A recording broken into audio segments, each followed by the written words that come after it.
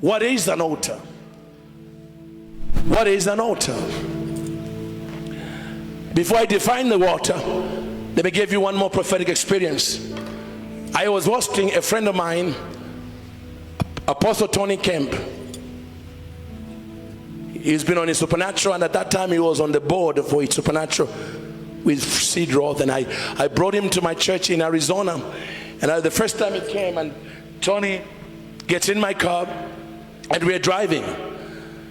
I already knew that, I already seen one of his shows, and I knew that the Lord had taken him to heaven sometime. And I said, Lord, I said, brother, how was it like when you went to heaven? I'm driving him from the airport. So, man, this is what happened when the Lord took me to heaven. And he began to tell me the experience he had when the Lord took him to heaven. And then in the talking,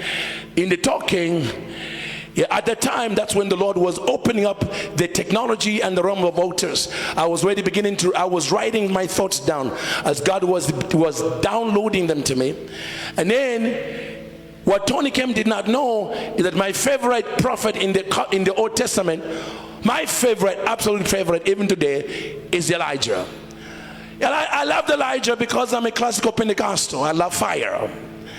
And the last time I checked, there's nobody who walked in fire like Elijah. And when you're a Pentecostal, you see God as fire. So I love this fiery prophet. So I would teach many times in my crusades, the God who answers by fire, let him be God. And I taught the best way I knew how. Because in my mind, Elijah was a fiery prophet. And so, as we are talking with Tony Kemp, we're driving to his hotel. He says, Dr. Myles, you know, I asked him, what some of the people that, did you see any of the patriarchs? He says, yes, the Lord, I met Abraham. Whoa! Then I met Abraham, Daniel. He met Abraham, Daniel, Paul. And then he said, then I also was introduced to Samson and then Elijah. I said, Elijah. Now I'm interested.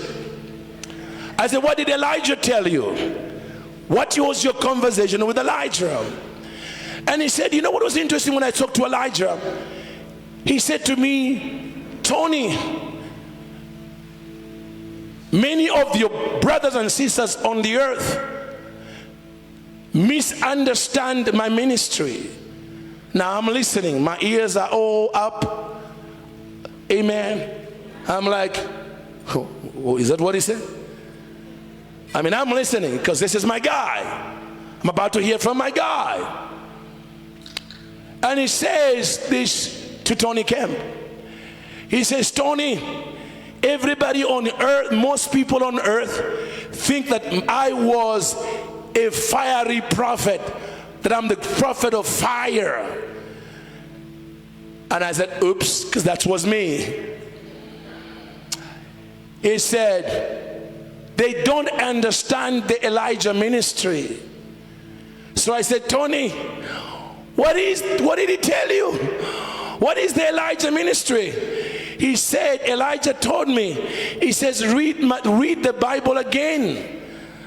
He said, the fire that came on Mount Carmel came after I repaired the altar Jezebel had destroyed. He said the Elijah ministry is the repairing of the broken altars of the Lord in your city, in your generation. When you repair the altar, fire is the evidence the altar is back in business. My God, when I felt that, I was in the car and I began to scream. I said, oh, it went deeply in me, and God shifted me into the Elijah ministry. He said, now wherever you go, you raise altars, you repair the altars of the Lord that are broken around the world. And today I'm telling you, God is using Francis Myles to repair the altars of the Lord that have been broken down in homes, in churches. Talk to me, somebody. Hallelujah. I was in South Africa because the white brother who watches me had me in Pretoria, you know, and he had me in Pretoria at an auditorium in Pretoria, and South Africans showed up from as far as Cape Town. They were driving from everywhere. I have a lot of followers in South Africa, by the way. I mean, this meeting was announced in there was 10 days. It was an impromptu meeting. In 10 days, They were standing room only. They were coming as far as Port Elizabeth. But I'm getting there now. So I stood there and I said, I want to get a testimony from my YouTubers, like my Facebook people. Well, there was a couple, they were quite me. So there was this couple. She screamed, brought to me, okay? And she comes over. She has a paper, a legal size paper. I says, how many testimonies do you have? And she said to me, how much time do you have? I said, what do you mean? He says, ever since I found you, you have made the New Testament come alive for me. I got miracles after miracles. This side and this side, it's every lined up bullet point of miracles. I said, are you sure? So those are the miracles I've experienced ever since I found you on YouTube. I said, sister, I really want to preach, so can you just find one, what is the biggest of all the stuff you've got? What is the biggest? And she smiled, she says, there is he. And the husband stood up. Honey, come here. A thin looking man comes over and they stand next to each other. He said, this is the biggest miracle of them all. What do you mean? He says, he was released by the top cancer hospital in South Africa. They released my husband and they gave him less than 90 days to live. I said, why? Because of his stage 4 bone cancer. They said it has metastasized. It's in your spine. It's everywhere. It's inoperable. They said, go home and make it count, because less than 90 days, if that long, you'll be out of here. He says, it was in that moment of desperation that I was thumbing my nails through YouTube. And I found this man called Dr. Francis Myles. And I was arrested by the first message. Then the second message. Then the third message. And my husband and I at home began to listen to you. And then we got to the one, how to build an altar in your home. And we got arrested. Because we had never built an altar in our home. We know we prayed, we went to church. But the way you spoke about an altar, you painted the picture so clearly. I said to my husband, if you are going to be going to heaven, let's create a memory together. I want to go to an altar where I remember we raised it together.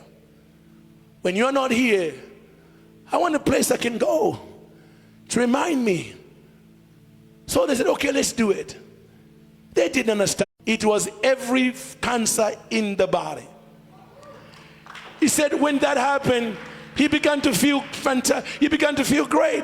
He began to get energy. I said, what's happened? He said, "Mommy, baby, I don't feel no pains." What? So they went back to the same cancer hospital. They said, what are you here? He said, well, I want to be checked again. They said, come on, go and spend the last day. He says, I want to be checked again. I'll pay for it. Okay, let's do it again. They checked him. Then they came out like they'd seen a ghost. They said, what did you do? What do you mean? Since you left us, what have you done? I said, why? He says, because we have checked you twice under the machine. What's wrong? What's wrong is what's right about you now. What's wrong is there is not even evidence you've ever had bone cancer. We find nothing in your system. It's so clean. We tried, we went in. You, sir, have 100% no cancer cells in your body, in your spine, in your driver. What did you do? They said, we just dedicated an altar and fire came.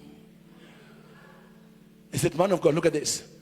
My husband would be dead today. When he came to see me, it was a year from the time they said he should have died. He's strong and picking up flesh now. Zero cancer.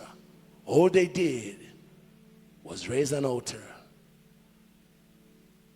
and destroy every evil altar. Remember, Satan is a mimic.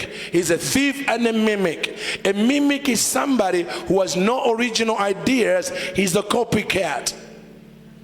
He copies what God is doing. Altars were designed by God. Altars are ancient technologies that are found in heaven before they appeared on earth. Lucifer, having been the angel, saw altars in heaven, because you can't have worship, you can't worship, creation can't worship divinity directly. God has too much energy for even angels to worship him directly, so there must be a conduit that acts like an adapter. My God. What happens, we know what an adapter is. It reduces the power from the socket and reduces it to where your appliance doesn't get fried. An altar is an adapter between the Shekinah and the energy of God. If Michael had to come with God face to face, he would be fried. And this might surprise you. Why would heaven need altars? Why would heaven need altars? Because God himself doesn't live in heaven. He doesn't. What you see in heaven is a hologram. That's why the throne is covered with crystals. Ask anybody who knows hologram. When you project light on crystals, it creates a 3D image. What you see in heaven is a 3D image of God. Why? Because if God ever entered heaven, it would explode. He has too much energy. So he lives in the realm the Bible calls inapproachable light. When Jesus rose from the dead, he didn't go to heaven. The Bible says he went past the heavens. Because you can't find God in heaven. Jesus said, Lord, restore me to the glory we had before the world began. Restore me. Father, I have done what you said. I have done. The people you gave me I have kept. But now glorify your Son. Glorify your Son. And restore me to the glory we had before we made them all, including the angels. Which means, where was God before he made heaven? Wherever he was, that's where he is. In the realm of inapproachable light. Too much energy. And if God came in the building here, he would fry us in seconds. So there has to be an adapter to reduce the energy of God, so he can meet with his children. That's the altar. Even angels require an altar, otherwise God's energy will destroy Michael in seconds. That's why you don't understand who Jesus is. Wherefore God has highly exalted him and given him a name higher than any other name. You know why? Because Jesus became the first creature,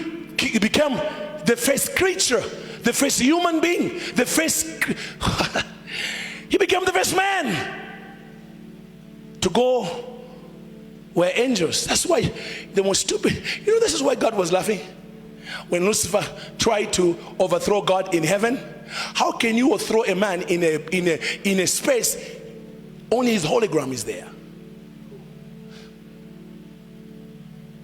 That's why he said your beauty has corrupted your wisdom. Because if you had wisdom, you would realize I'm so big, heaven and earth both cannot contain me. It's in your Bible. I'm not even there. What you see on the throne is hologram technology, but it's coming on the earth too. I have to beam myself, my presence there, so you can worship. That's why the throne is an altar.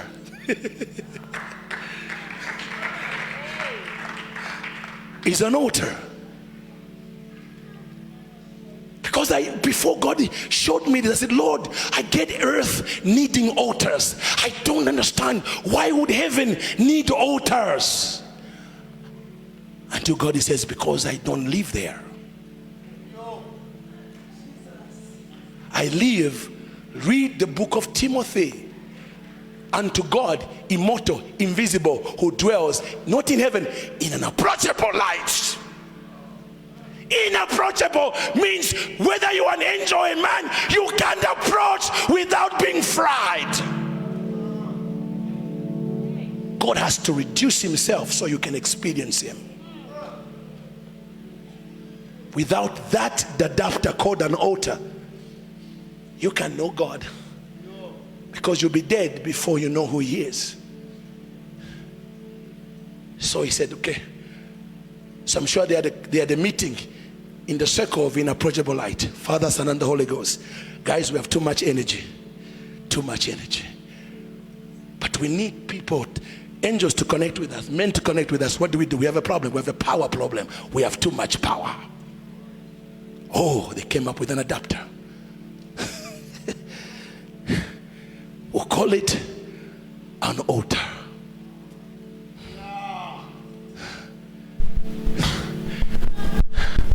So if you don't have the adapter, he can't visit. There's no way to visit. Are you with me, somebody?